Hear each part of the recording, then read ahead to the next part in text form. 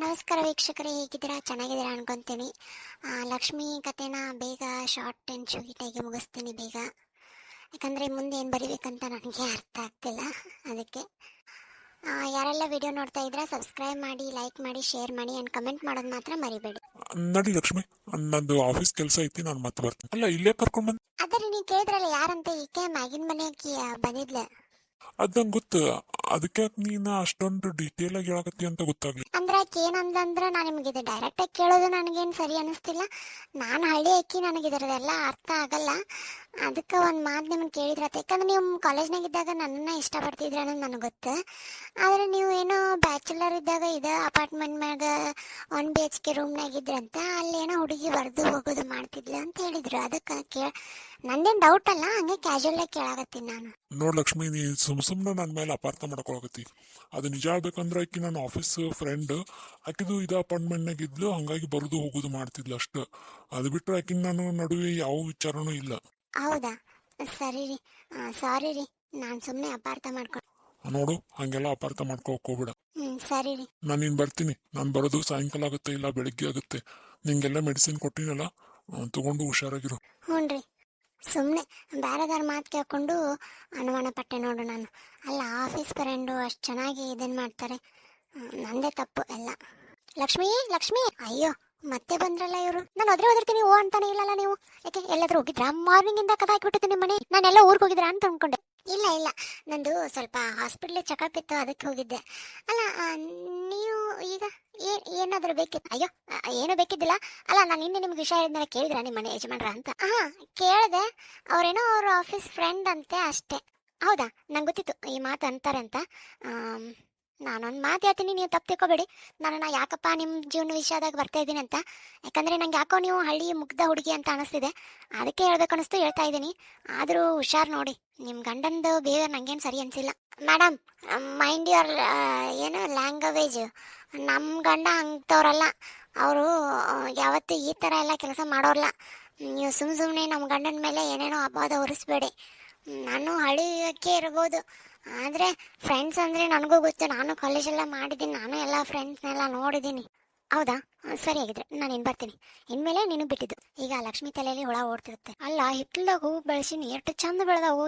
ಅಡಿಬಿಟ್ಟಾರ ಕಿತ್ಕೊಂಡು ಹೋಗ್ಯಾರೋ ಏನೋ. ಬರ್ಲಿ ಅವ್ರ ಕೈ ಕಾಲು ಎಲ್ಲ ಮುರಿ. ಏನ್ ಶಂತಕ ಹೊರಗೆ ಬಂದು ಹಿತ್ತಲ್ದಾಗ ಆ ಹೂವು ಹಾಕಿದ್ದೆ, ಅಡಿಬಿಟ್ಟು ಕಿತ್ಕೊಂಡು ಹೋಗ್ಯಾರ. ಶಂತಕ ಬೈಬೇಡ, ನಾನ ಬೆಳಗ್ಗೆ ಪೂಜೆಕಂತ ತಗೊಂಡು ಹೋದೆ, ಅದು ಅಷ್ಟ.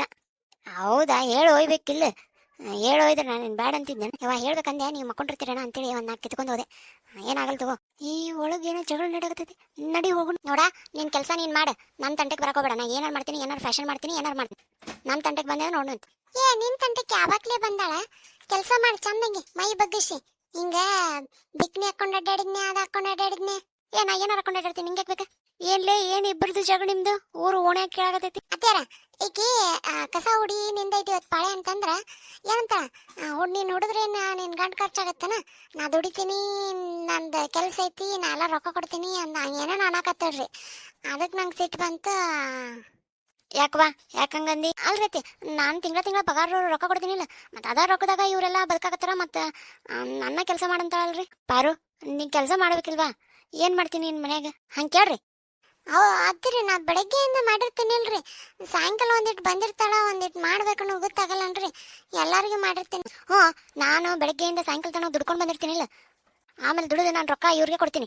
ಎಲ್ಲ ನನ್ನ ರೊಕ್ಕದಾಗ ಎಲ್ಲ ನೋಡಿ ಸೀರೆ ಪಾರಿ ಎಲ್ಲ ತಗೊಂಡು. ಹಂಗಂದ್ರೆ ನನ್ನ ಗಂಡ ದುಡಂಗೆ ಇಲ್ಲನ?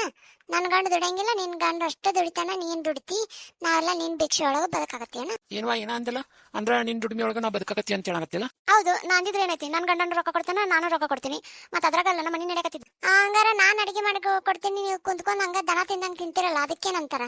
ಅಣ್ಣ, ಅದಕ್ಕೆ ಮಗ ಒಂದಿಟ್ಟು ಬಾಯಿಗೆ ನಿಗಾ ಹಿಡಿದು ಮಾತಾಡಕ್ಕೆ ಹೇಳು. ಯಾಕ್ಲಿ ದೊಡ್ಡವಾಗೇನ ನಿಮ್ಮ ಅತ್ತಿಗೆ ಬಾಯಿಗೆ ನಿಗಾ ಇಡನ್ ಮಾತಾಡಂತೀಯಲ್ಲ? ಅವ ನೋಡ್ಬೇ, ಇದು ಈ ಜಗಳ ನನ್ಗೇನು ಸರಿ ಅನಿಸ್ತಿಲ್ಲ. ಸುಮ್ಮನೆ ನಮ್ಮ ಪಾಲು ನಾವು ಮಾಡಿಬಿಡ್ರಿ. ಹೌದವಾ, ನಾವು ಆರಾಮಾಗಿರ್ತೀವಿ. ಸರಿನಪ್ಪ, ನಿಮ್ಮ ಅಪ್ಪ ಬರಲಿ, ಮಾತಾಡ್ತೀನಿ ಇದ್ರ ಬಗ್ಗೆ, ಮಾಡೋಣ. ನೀವು ದೊಡ್ಡವರಾಗಿರ, ಏನು ಮಾಡೋದು ಹೇಳು? 3 ಪಾಲು ಮಾಡ್ತೀನಿ, 3 ಮಾಡಿ ಹೋಗ್ರಿ. ಅಲ್ವೇ? 3 ಯಾಕ? ಹೌದು, 3 3 ಯಾಕಂದ ಲಾಸ್ಟ್ನೇದ ಹೋದಲ್ಲ ಅವಂಗ ಬೇಡ ಅಲ್ವಾ? ಲಾಸ್ಟ್ನೇದ ಯಾಕ? ಅವ ನಮ್ಮ ತಮ್ಮನ ಯಾಕಪ್ಪ? ನಿನ್ನ ಚಿಕ್ಕಪ್ಪನ ಆಸ್ತಿ ಹೇಳೋ ಪಾಲು ಆಗ್ಬೇಕಲ್ಲ. ಹಂಗೆ ನೋಡಿದ್ರೆ 2 ಭಾಗ ಆಗ್ಬೇಕು. 1 ಭಾಗ ಅವಂಗ, 1 ಭಾಗ ನಿಮ್ಗೆ. ಆ 1 ಭಾಗದಾಗ ನೀವು 3 ಜನ ತಗೋಬೇಕು. ಏನು ಬೇಡ, ಮೂರು ಭಾಗ ಮಾಡು. ಏನ್ ಶಾಂತಕ್ಕ ಹಿಂಗಾತಿದ? ನಾ ಅನ್ಕೊಂಡೇ ಇದ್ದಿಲ್ಲ ನೋಡಿ ಹಿಂಗಾಗತ್ತೆ. ನನಗೆ ಅನ್ಸಿತ್ತ ಇದು ಹಿಂಗೈತೆ ಅಂತೇಳಿ. ಯಾಕಂದ್ರ ಅವರು ಒಳಗೊಳಗ ಜಗಳ ನಡೆಯಕತ್ತಿದ್ದು ನಂಗೆ ಗೊತ್ತಾಗವಲ್ಲಾಗಿತ್ತು. ಇವತ್ತು ಹೊರ ಬಿತ್ತು. ಇವ್ರು ಬರ್ಲಿ ಮಾತಾಡ್ತೀನಿ. ಅಲ್ಲೇ ಶಾಂತಕ್ಕ, ನಿಮ್ದು 3 ಜನದ ಪಾಲಾಗಿಲ್ಲ ಅಂತದ್ರಾಗ ಇದೊಂದು ಪಾಪ ಮತ್ತು ಲಾವಣಿ ಮಾಡಕತ್ತೈತಿ. ಪಾಪವ, ಅವ್ನು ನೋಡಿದ್ರ ಅಯ್ಯೋ ಅನ್ಸತ್ ನಾನು. ಹಲೋ ಮೇಡಮ್, ನಿಮ್ಮ ಗಂಡನ ಬಗ್ಗೆ ನಿಮಗೆ ಇನ್ಫಾರ್ಮೇಶನ್ ಬೇಕಂದ್ರೆ ನಾನೊಂದು ಕಳಿಸಿರೋ ಅಡ್ರೆಸ್ಸಿಗೆ. ಸರ್, ನೀವು ಯಾರು ಮಾತಾಡಕತ್ತಿದ್ದು? ನಾನು ಯಾಕೆ ಅಲ್ಲಿ ಬರ್ಬೇಕು? ನೋಡಿ ಮೇಡಮ್, ನಾನು ಪೂರ್ತಿಯಾಗಿ ಏನೂ ಹೇಳೋಕ್ಕಾಗಲ್ಲ. ನೀವು ಅಡ್ರೆಸ್ಸಿಗೆ ಬರ್ರಿ. ನೀವು ಬರೋಕ್ಕಾಗ್ಲಿಕ್ಕಂದ್ರೆ ಆಟೋ ಬುಕ್ ಮಾಡ್ತೀನಿ, ಬರ್ರಿ. ಅಲ್ಲ, ಏನು ಮಾಡ್ಲಿ ಈಗ? ಹೋಗ್ಲೇನ? ಅಲ್ಲ, ಏನು ಮಾಡಲಿ ಇವಾಗ? ಹೋಗ್ಲೇ ಬೇಡ? ಹೋಗ್ಲಿಲ್ಲ ಅಂದ್ರೆ ಗಂಡನ ಮೇಲೆ ಅನುಮಾನ ಪಟ್ಟಂಗಾಗತ್ತೆ. ಇಲ್ಲ, ಹೋದ್ರ ಸರಿ.